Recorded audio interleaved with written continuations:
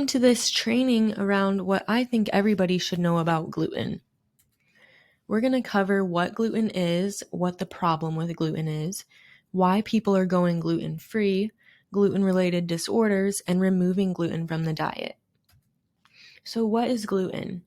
It's a group of proteins found in wheat, rye, and barley, and their various forms such as spelt, einkorn, and triticale. It's what gives baked goods their doughy, elastic structure and is also used as a thickening agent and flavor enhancer in thousands of foods. So where does it come from? Dr. William Davis, a cardiologist and low-carb advocate, points out that humans haven't always eaten grains. As a species, we started out eating flesh and organs of other animals, plants, nuts and seeds, berries, and fish for around 2.5 million years before we began eating grains. So why did we begin eating grains in the first place? Well, it was after natural global warming occurred and we ran out of conventional sources of food. This is when we began domesticating, we saw cows eating grass, and we decided to try it for ourselves. So the picture here shows all different strains of grass. And it's important to note that wheat is not the same as it used to be. Humans have drastically changed it through chemical mutagenesis and gene splicing. We've used harsh chemicals and intense processes to change the strains multiple times in order to make it more digestible. This stopped famine around the world, but it started making people sick. And that's because there's multiple indigestible components in grains.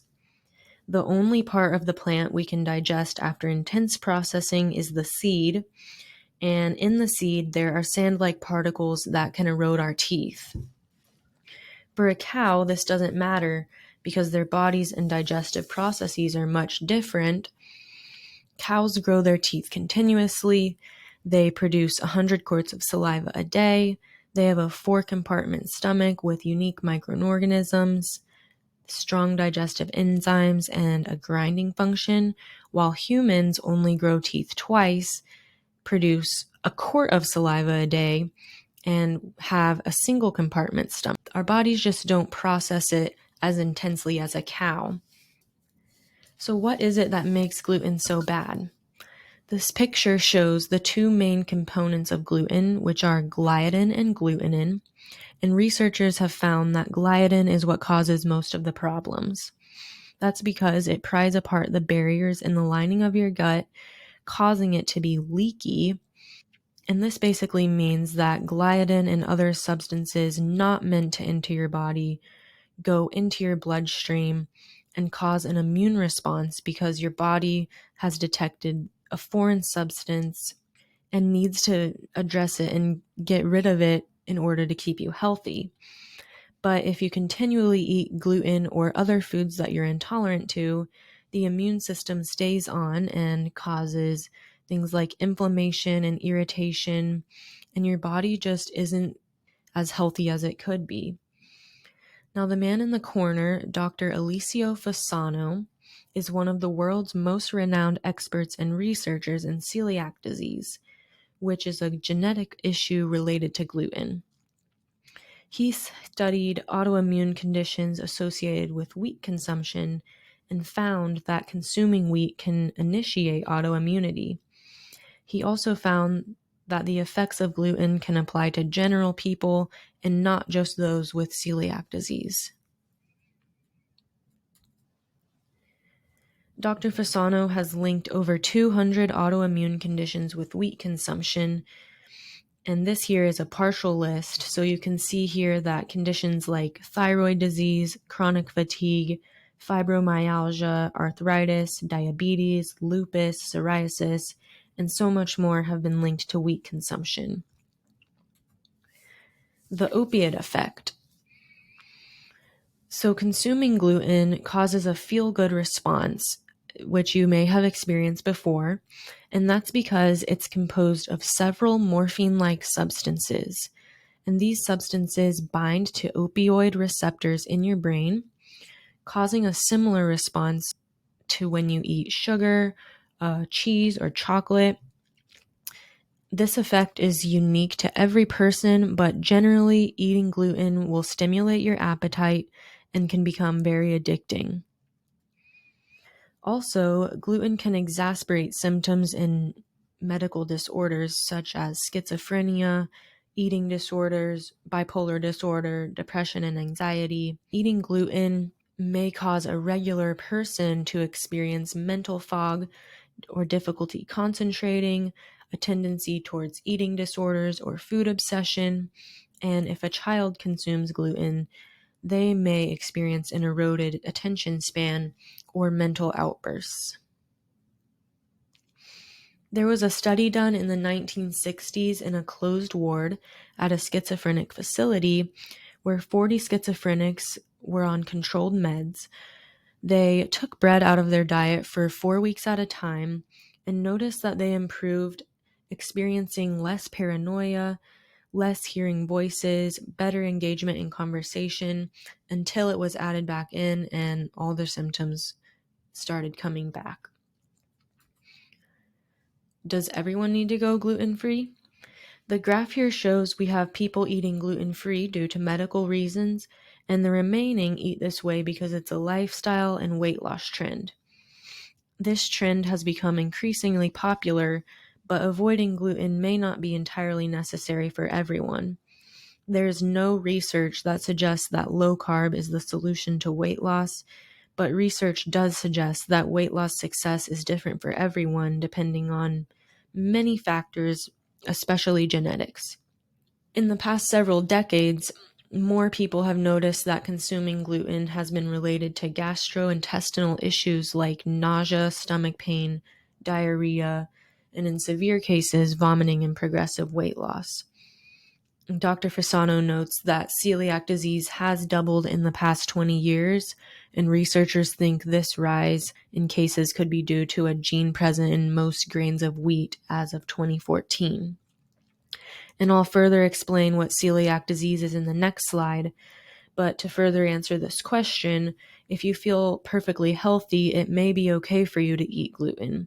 If you are having weird symptoms or developing chronic illnesses, it's really important to consider what you're eating and maybe take gluten out and see if your symptoms improve. So who needs to avoid it? A registered dietitian, Rachel Begun, specializes in gluten-related disorders and compares the 3 most common disorders in this graph. Celiac disease affects about 1% of the population, which is about 3 million Americans.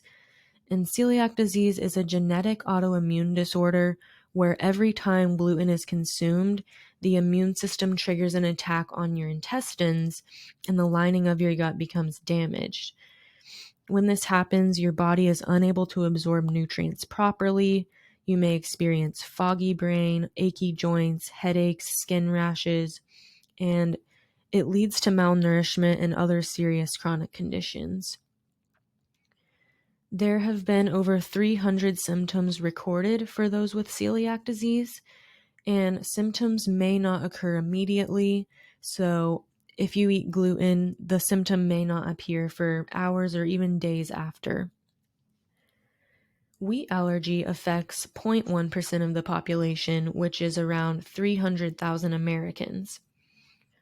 It's an immediate immune response because your body is attacking the allergen, causing hives, itching, swelling, shortness of breath, and it can be fatal in severe cases.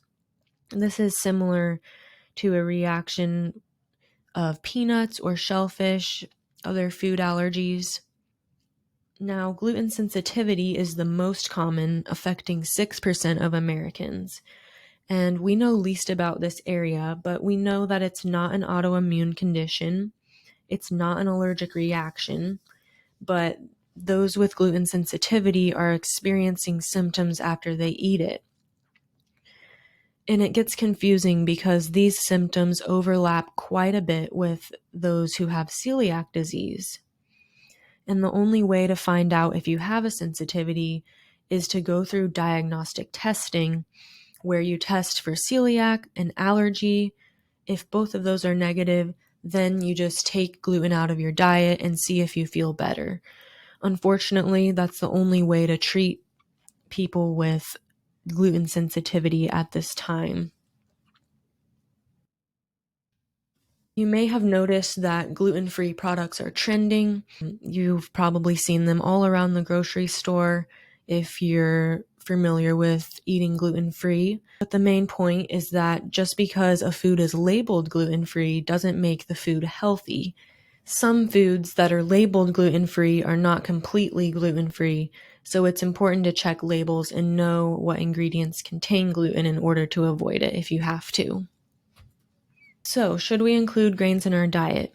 It might be confusing to know whether or not you should avoid grains or not, but Dr. William Davis points out there's not a single organ system not affected by the consumption of wheat. He strongly believes that dealing with chronic illness requires more than prescriptions for individual symptoms. He believes we need to get to the root cause, which could be from the food we eat. He emphasizes that it's not about being gluten-free, but more so about eating real food and considering if gluten might be irritating your body. Again, minimally processed food will always be the best support for our bodies. The USDA food guidelines have changed over time, and we're still learning the best approach. Overall health and diet does not look the same for everyone, and eating a balanced diet of whole foods as well as nurturing all other areas of your life is required for optimal well-being. The gluten spectrum in children. Kathy Swift is a registered dietitian specializing in digestive issues and chronic illness.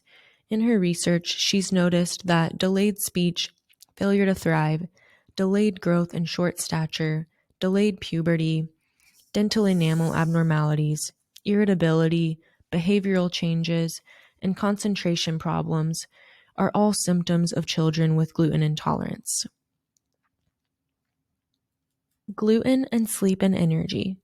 Ruben Nyman, a sleep specialist and psychologist, notes that if you're gluten sensitive, whether it's celiac, allergy, or sensitivity, you may experience daily fatigue from intolerance, leading to being less active and leading to less sleep.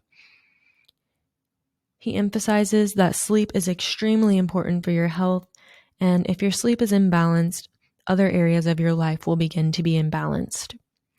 There's many reasons why sleep could become imbalanced, but if you have bad sleep, consider the food that you're eating and whether or not you may have an intolerance. Gluten and blood type. Joshua Rosenthal is the founder of the Institute of Integrative Nutrition, which is the world's leading holistic nutrition school. He has a theory that your blood type can be indicative of the foods that work best for your body. The theory suggests that those with O blood type were the first to evolve. They're able to break down meat more effectively because they have stronger enzymes in their stomach, but they're the most affected by gluten, so it's more common to see gluten-related issues in those with O blood type. The diet that is suggested to be best is one of high protein, veggies, and fruit. A blood types evolved due to environmental changes during a period of time where there were no animals left to hunt. Humans began to stay in one place, grow their own food, and became more agricultural, which made vegetarian and vegan a much more sustainable lifestyle. B blood types evolved after agricultural lands were used up. People moved to more mountain foothill regions of the earth where things didn't grow as well. They resorted back to animal resources and began using milk. This resulted in the adaptation to digest dairy quite well. It's suggested that the best diet for B blood types includes red meat, dairy, grains, beans, veggies, and fruit. AB blood type is the most recently evolved, emerging around 1,000 to 2,500 years ago. It has the smallest percent in population, but these people are the most adaptable to the quick pace of modern society. They experience combined benefits of type A and B and do best on a well-rounded diet with all food groups. Joshua's main point is that diet is unique to every individual, and while this is only a theory, it could serve as a good starting place if you have issues with food. The Gluten-Free Certification Organization follows these guidelines in order to label foods gluten-free. You can pause the video here if you'd like to read on. Otherwise, I'll just say that the gluten-free label doesn't always mean a food is completely gluten-free. It's important to check labels and know your ingredients, especially if you're removing gluten from your diet for medical reasons. On to tips for going gluten-free. Changing your diet is really hard and it depends on the individual, but there is a withdrawal period when you stop eating gluten. It lasts around a week and resembles that of an opiate withdrawal, so you may experience nausea, extreme hunger, cravings, anxiety and depression, or dizziness. It's recommended that you eat real single ingredient foods and stay away from gluten-free labeled and processed foods. Eat vegetables, nuts, meats, healthy fats, and dairy if it's tolerated. Supplements can be a great way to help smooth the transition during the withdrawal period, but they can be more harmful than helpful if not used properly, so consult with your physician before using them. Dr. Davis recommends the following supplements. Hydrating with sea salt can help the body absorb water better and help you stay hydrated for longer. Magnesium helps with blood sugar, blood pressure, and mood. Probiotics help to replenish the gut microorganisms. Iodine helps with bone and nerve health. Vitamin D boosts your immunity. Omega-3 fatty acids help with inflammation, immunity, mood, and brain and eye health. Iron helps with energy, focus, immunity, and gastrointestinal processes. And zinc supports the immune system and aids in healing. If you have a pre-existing autoimmune condition or inflammatory bowel disease, healing may be harder and will require more than just going gluten-free. Don't try to do it alone and get guidance from your doctor. These last few tips are things that helped me personally when I removed gluten from my diet. Crowd out. This means not to get stressed about all the foods that you can eat, but focus on all the things that you can. There are plenty of good options, and it's also a great opportunity to get back into cooking. Plan meals ahead of time and plan to eat more than usual. Your body is going to need more nutrients during this time of healing, so don't avoid fat or count calories and don't limit your food intake. Hydrate to boost the healing process. Move your body, get your blood flowing, and sweat for detoxification, and have snacks available. Go into your week prepared with meals and snacks, otherwise it will be very easy to get off track and you don't want to lose your progress. That's it. I hope this information was helpful and good luck to you in your healing journey. Thank you for listening.